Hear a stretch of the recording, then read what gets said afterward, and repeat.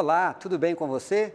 O Saldo Extra está começando mais uma jornada e vai tratar de um assunto que pode chamar a atenção dos educadores: educação financeira nas escolas.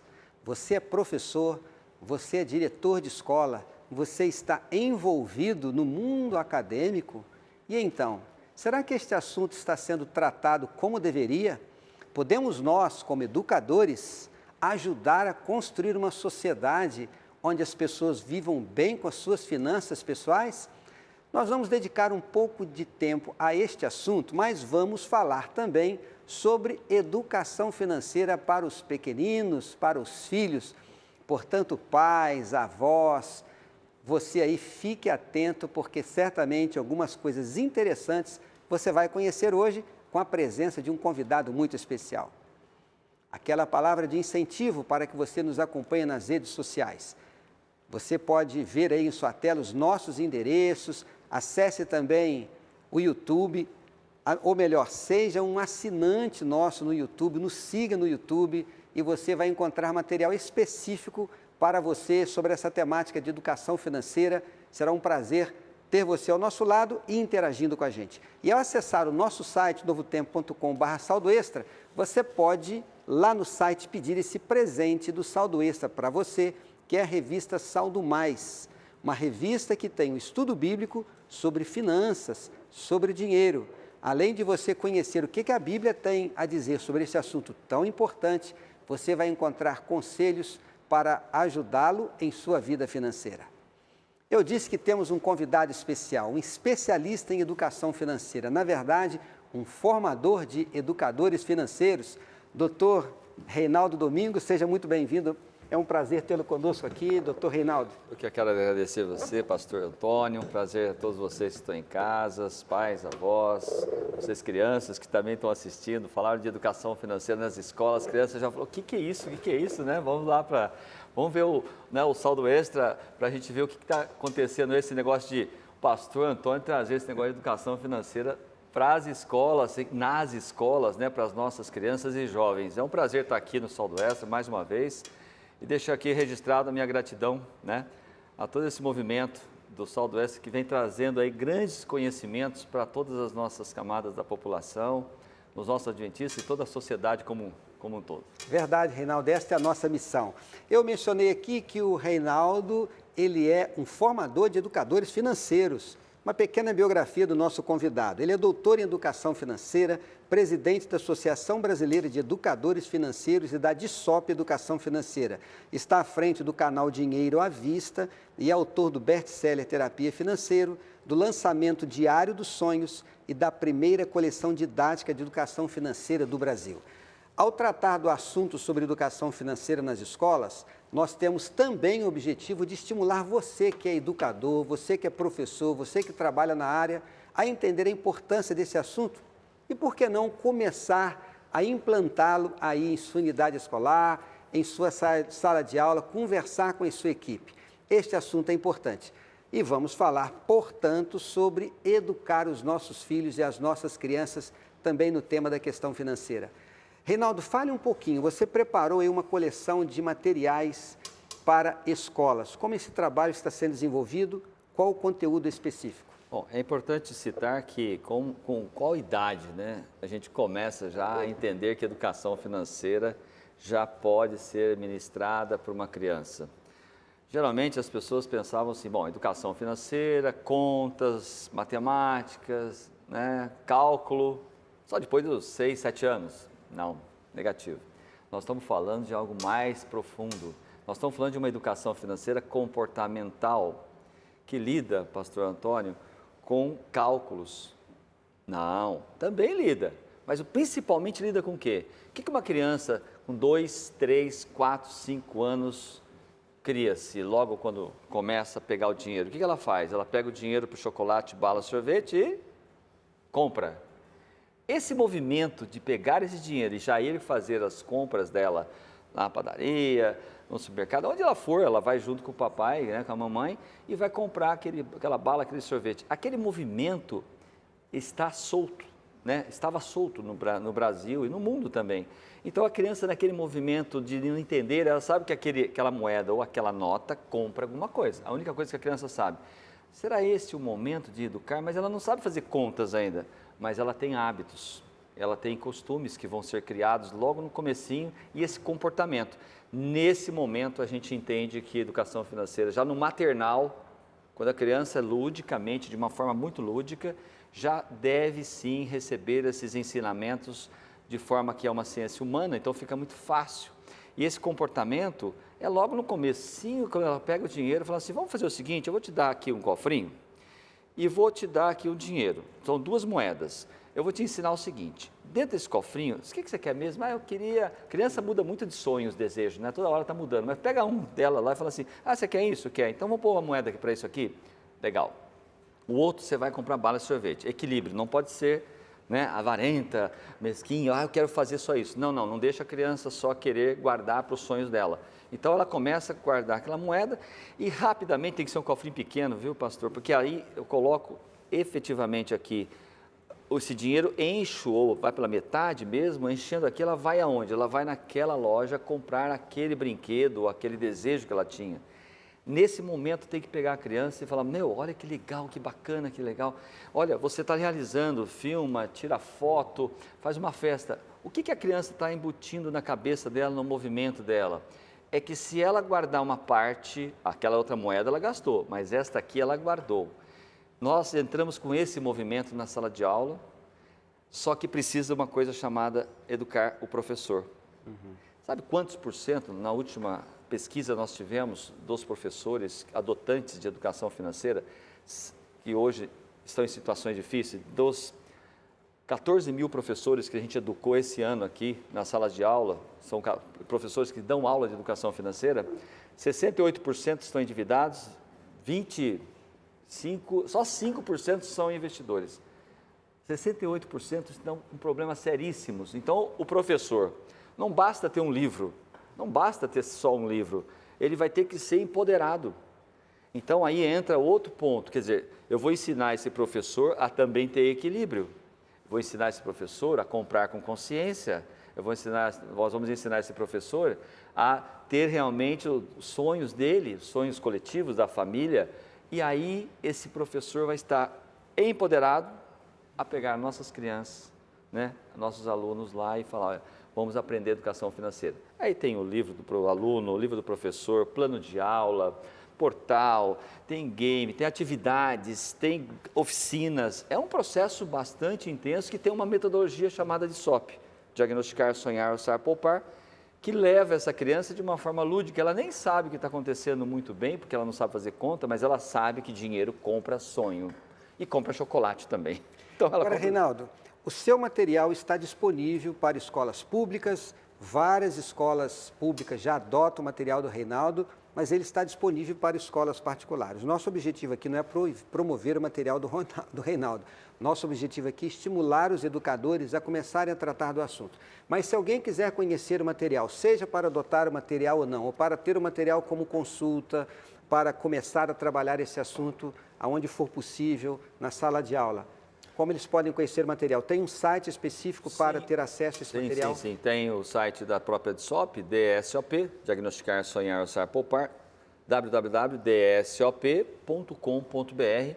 Lá tem escolas, onde você clica lá, você vai encontrar todo o universo, são coleções, são vivências que a criança pode ter lá no infantil, lá no maternal, infantil, Fundamental 1, Fundamental 2 e ensino médio. E vamos para a escola técnica também agora também. Isso significa que nós pegamos toda a grade curricular, praticamente, todo o ciclo, os segmentos do ensino básico, todos estão contemplados com esse programa, não chama-se material, chama-se Programa de Educação Financeira, que envolve a capacitação do professor, ele capacita o aluno, mas não para por aí. Nós também temos uma parte desse programa que vai para a família. Como é que eu vou ensinar uma criança dentro de casa e a criança chega em casa e fala assim, papai, tem que ter 3 sonhos, um de curto, um de médio e um de longo. Papai, dentro do cofrinho guarda sonhos. Papai, peraí, não estou entendendo nada que você está falando. E aí as crianças são ensinadas assim mesmo. Papai, qual é o seu sonho? Você imagina seus filhos chegando para você na sua casa falando assim, qual é o seu sonho? Mas não um, papai, quero 3, curto, médio e longo. Papai, assim, o que está acontecendo na minha vida, né? Então, assim, o que está acontecendo? Esse meu filho está aprendendo o que na escola? Então, a gente tem um kit família, olha só que legal, um kit família que orienta os pais, desde os 2 aninhos, como ele deve se comportar na educação financeira e vai até os 17 anos de idade. É um livro praticamente para os pais, didático para os pais, ele entende isso. Tem algumas atividades que ele vai fazer que amarram com aquelas que o filho está aprendendo também. Legal disso, que esse material também está no nível de neurociência, ou seja, ele está, inclusive a doutora Rosana, que é a nossa neurocientista, adventista, uma pessoa maravilhosa, uma super pós-doctor, a minha orientadora do meu doutorado, tenho muito orgulho de falar dela. E esse material está totalmente embasado na ficção da criança, para deixar ela bem, tem os personagens, tem tudo isso. E lógico, tem a parte didática. E o que é mais legal de tudo isso? Conversa com matemática, com ciências, com história, com geografia, com... Todas as áreas do conhecimento. Que é legal. Pode aplicar a educação financeira. E aí, Antônio, ela está aprendendo matemática e é exatamente isso. Lá, está no 2º ano do Fundamental 1. Ela está aprendendo matemática ou história, qualquer matéria. O próprio material já conversa com esses aqui, então eu vou ensinar a educação financeira com aquele conhecimento técnico que a criança está aprendendo exatamente naquele ano, naquele mês, naquele ciclo. É lindo. Excelente, olha, perfeito, fica o estímulo a você que é educadora, você que trabalha na área, consulte aí o site do Dr. Reinaldo, procure conhecer esse material. Se não é possível adotar, pelo menos professor, educador, acesse, conheça a metodologia.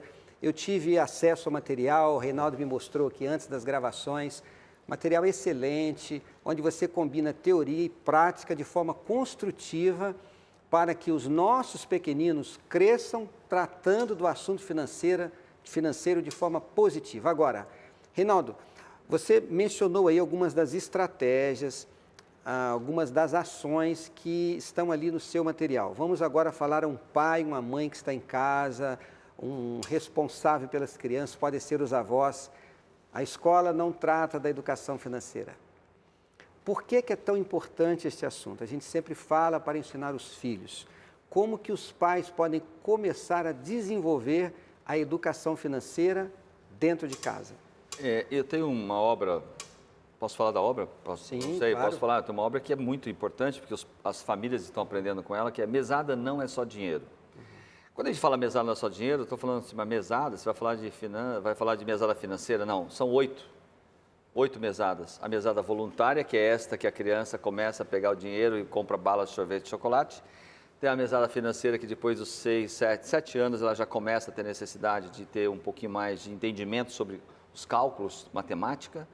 Tem uma mesada econômica. O que é uma mesada econômica? É mostrar para ela que a energia elétrica, se desligada naquele ambiente que não tem ninguém, o ar-condicionado ligado, a televisão, aí o banho mais curto, ela pode fazer com que todos os gastos da família, junto com a família, possa reduzir e com isso a família começa a ter mais recursos para poder realizar também parte dos sonhos dessa criança e também família.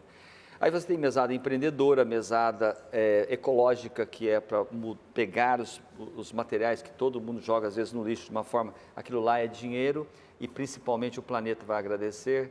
Tem mesada de terceiros. Para ensinar uma família toda, você tem que ensinar os tios, os avós, né? Todos esses parentes que acabam de influenciando os nossos filhos, de uma forma direta ou indireta, eles participam da educação financeira. Então, tem uma mesada de terceiros que a gente pega e ensina o vovô, a vovó, o tio, a titia, a como é que eles devem dar. Agora, é o seguinte, vai dar R$20 para o meu filho, então você vai fazer o seguinte, vou te orientar. Você vai dar 10 e 10. 10 aqui, olha, Joãozinho, esses 10 aqui é para o seu sonho, esses 10 aqui é para o seu consumo. Você já começa a falar a linguagem dessa criança, ela começa a construir na vida dela, independente da escola nesse momento, olha só que legal. Então, a mesada de terceiros, ela tem um poder de trazer realmente o entorno da família, dos amigos para dentro. Quero dar dinheiro para o meu filho? Ok, então você vai dar 2. Um para sonho, um para consumo. Tem a mesada social, tem a mesada de troca. Nem sempre uma criança precisa realmente ter todo o brinquedo que ela quer. Agora, ela está louca pelo brinquedo do amiguinho dela. E o amiguinho dela certamente está louco pelo brinquedo do meu filho. Por que não fazer uma mesada de troca? Por que não fazer lá uma garagem? Isso acontece muito nos Estados Unidos, né? Vamos abrir uma garagem aqui, vamos fazer trocas, permutas, barganhas. Isso tudo é educação financeira na família. Então, uma recomendação é, vamos educar a nossa família e o que é legal, quando a gente pega assim, mesada de terceiros que eu falei, imagine se a criança não aprende que dinheiro extra de terceiros, como o nosso saldo extra aqui, né? Dinheiro extra, ele entra no momento periódico, não necessariamente todo momento, chamamos isso de 13º salário, bônus de férias. Olha só, isso tudo que acontece, PLR, das participações e resultados, isso tudo que acontece, o que? Nós, como adultos, pegamos esse dinheiro extra e gastamos em dívidas, gastamos em coisas que não poderia gastar. A criança, quando recebe dinheiro extra dos seus tios, dos seus avós, deveria cuidar melhor. Então, a gente ensina todo esse conceito, é lindo, é um livro embasado no meu mestrado, isso significa que é cientificamente comprovado, são 8 tipos de mesadas e tem os pecados capitais que você não pode cometer com uma criança. Agora, de uma forma prática, o que você está dizendo, o que você colocou neste livro, eu entendo que é o seguinte: aproveitar todas as oportunidades para educar os nossos filhos. Se vai fazer compra no mercado, se ele ganhou um presente, se ele vai sair com os colegas, se tem um passeio da escola, se ele ganhou alguma coisa dos avós, dos tios. Todos os momentos em que a criança está lidando com consumo, com gasto, ela participa dos gastos da família, todos esses momentos são oportunidades em que os pais podem criar um diálogo, ensinar a lição de valor, de preço, envolver as crianças. Você falou, né, em economizar para ganhar, para realizar sonhos. Ou seja, nós pais aproveitarmos todas as oportunidades e mostrarmos para o filho os valores que a vida tem e ensiná-los a saber lidar com tudo isso. É exatamente esse ponto, né? A gente pode fazer melhor. Por isso que é muito importante o envolvimento dos pais nesse processo, né? E é muito importante que dentro de uma casa a gente estabeleça quais são os sonhos coletivos, né? Nós queremos uma viagem, quanto ela vai custar, onde a gente vai economizar para ir para essa viagem? Se os nossos filhos engajarem-se nesse contexto, nesse propósito, nós vamos ter vários aliados derrubando custos. A criança, ela entende muitas vezes que deixar de tomar um banho, sim, ela entende que gasta energia, gasta água, mas se você entender que ela está tomando um banho mais longo e você inserir um motivo para ela tomar um banho mais curto, ela certamente tomará a decisão de diminuir esse gasto de uma forma espontânea. Ela vai ganhar lá na frente, né? Ela vai ganhar alguma coisa que ela já sabe que vai esperar. Por isso, a gente precisa fazer com que a criança, e jamais querer colocar uma punição numa criança ou um prêmio. Por exemplo, a criança tirou notas altas, então eu vou te dar um pouquinho mais de recurso, dinheiro, chamamos de mesada. Ó, se meu filho, você tirar nota baixa, você vai diminuir, eu vou diminuir o valor da sua mesada. Jamais isso, jamais amarrar, atrelar mesada, dinheiro que a gente dá para uma criança é uma doação, não é salário. Então a gente precisa tomar muito cuidado, porque senão amanhã a gente está lá assistindo o saldo extra, né? Bacana, tá sentado. Ô, filho, me traz um copo d'água aí na cozinha. Falou, papai, quanto? Mas Reinaldo, deixa eu lhe perguntar uma coisa. Eu fui criado com algumas restrições e de vez em quando meu pai me levava para trabalhar. E ele não perguntava se eu queria ir, ele me levava. Eu tinha que ir nas férias. Mas o que ele fazia? Ele me dava algum dinheirinho para as minhas despesas, comprar o tênis, comprar uma roupa, alguma coisa assim. Mas depois de uma semana de trabalho, sem ele prometer nada, ele me dava alguma coisa a mais. O que aquilo gerou em mim? Poxa, se eu fizer a minha parte, eu vou ser recompensado. Eu acho que a gente pode introduzir as duas coisas. Por exemplo, falou da nota. Eu acho que não existe nenhum pecado e o pai dizer o seguinte, a tua mesada está aqui independente da sua nota. Mas se ele estudar um pouquinho mais, conseguir uma nota melhor e ganhar alguma coisa, isso não vai criar o estímulo para que ele faça isso na sua vida profissional, na sua carreira. Ou seja, se eu for um pouco mais além, eu posso ter um pouquinho mais. Será que está errado criar esse estímulo nas crianças? A preocupação aí, né, Antônio, a preocupação é, se eu começar a fazer coisas além do que eu tenho que fazer... Das responsabilidades. Por motivos de recompensa. Aí está errado, né? A gente tem que fazer por doação, por compromisso, por obrigação, por respeito, por colaboração, por doação. Ou seja, guardar os brinquedos é responsabilidade da criança, ela não precisa ganhar por isso. Né? Claro que não. E outra, se o brinquedo dela estiver novo, ela pode trocar com outro novo do outro amiguinho. Quer dizer, você começa a criar um elemento de troca e de compartilhamento. A gente precisa parar de fazer nossas crianças irem para a tela de uma televisão, olhar uma propaganda ou um outdoor, ou os amiguinhos na própria escola falar assim, olha o meu celular, olha o meu brinquedo, olha isso, olha aquilo. Quer dizer, ela não precisa ter aquilo, ela precisa estar bem desenvolvida na sua casa. E esse programa, por isso, tem que ser escola e família. Não existe o programa de educação financeira se não tiver família junto. Então, não adianta a gente jogar um livro dentro de uma escola. Não, eu vou colocar um livro. Não resolve, porque é mais um livro que não vai ser objeto de nenhum contexto. E é aí que entra o exemplo dos pais, certo?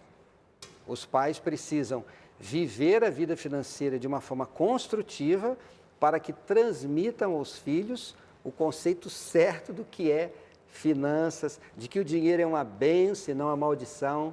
Aí entra o exemplo dos pais. Reinaldo, aproveitando esse assunto, interessante que com a sua experiência você possa dizer algo. Eu recebo perguntas aqui, principalmente de mulheres, dizendo o seguinte, meu marido não quer saber de conversar de finanças, meu marido, ele decide tudo sozinho, ele acha que o assunto financeiro é só de responsabilidade dele, e ligam para cá aflitas. Como solucionar esse problema? Bom, em primeiro lugar, é importante que exista esse consenso, né, entre marido e mulher, vamos por assim, né, o casal. Esse negócio da gente achar que só um provedor, por exemplo, eu sou provedor da minha casa, você é provedor da sua casa, mas se a minha esposa não trabalhar, por que ela não usa dinheiro? Ela usa dinheiro, então ela tem força. Existem dois tipos de empreendimento. Um empreendimento que é do negócio, que vem e provém a receita de uma casa, e o empreendimento família. Os dois têm o mesmo equilíbrio aqui, né? Então, eu acredito que é possível, sim, fazer com que esta pessoa que tenha essa postura, essa posição de não, isso é comigo, eu posso afirmar. Se você tem algum tipo de questão desse nível, você deve imediatamente repensar, porque 80% dos gastos que você é provedor provém da família, provém do lar. Em muitos casos é a esposa quem está lá em casa, né? Hoje quem faz a movimentação de compras em casa, mercado, roupas, educação, toda a parte de manutenção de uma casa, hoje é da mulher. E se é da mulher, a gente tem que empoderá-la. E esta mulher que está sofrendo, ela não pode desanimar, ela precisa continuar incentivando o marido, dando um bom exemplo, dando um bom testemunho, que em algum momento ele vai abrir a guarda. É só uma questão. E aí, entrosamento virá. Água mole, pedra dura, tanto bate até que fura. Então, esse negócio vai acontecer naturalmente, sem forçar, mas com conhecimento. Brigar na frente dos filhos jamais. Hipótese nenhuma. A gente tem que ter sobre finanças e sobre qualquer motivo, mas... Não, eu acho por isso que é legal fazer reunião familiar para falar sobre sonhos. Tudo fica mais fácil e mais suave, né? Porque como é que você tira essa dor, né? Com alguma coisa que tem sentido. Então, assim, nós vamos sentar amanhã às 20 horas, né? E vamos falar sobre sonhos. Lembra aquele brinquedo, filho?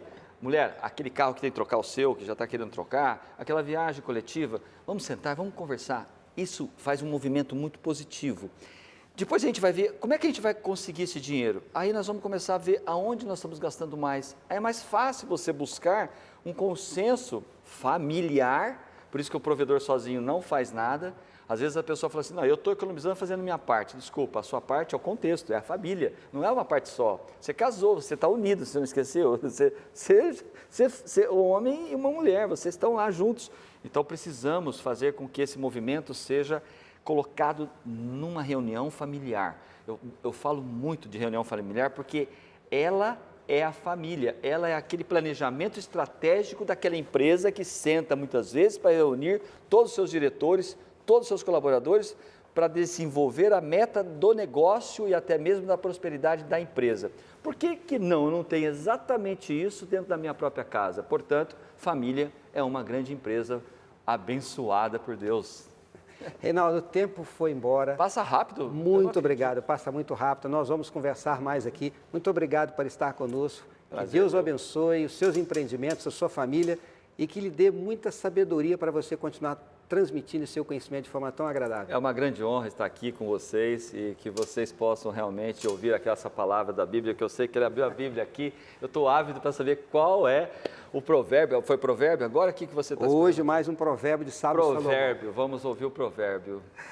É verdade, o Reinaldo ele é uma pessoa que tem uma missão no coração. Ele usa todo o seu conhecimento para ajudar as pessoas. Ele falava comigo aqui que por detrás dos seus materiais, o objetivo principal não é o direito autoral, mas é ajudar as pessoas a serem felizes também na questão financeira. Reinaldo, este provérbio que eu vou ler aqui, ele fala sobre o nosso desejo de querer viver bem, mas fala da nossa responsabilidade de buscar o conhecimento. O sábio Salomão diz em Provérbios, no capítulo 8, no verso 33, diz assim: ouvi o ensino, sede sábios e não rejeiteis. Busque o ensino que vai lhe trazer a sabedoria para que você tome as decisões certas. Comece isto, você pai, você mãe, vivendo em sua vida e transmita aos seus filhos. Está aqui o saldo extra para lhe ajudar, os materiais do Reinaldo, e faça tudo isto em oração e com a bênção do Senhor. Ele lhe fará sábio para esta vida, para tomar as decisões certas e levar o seu lar para a eternidade. Um grande abraço e até a próxima semana.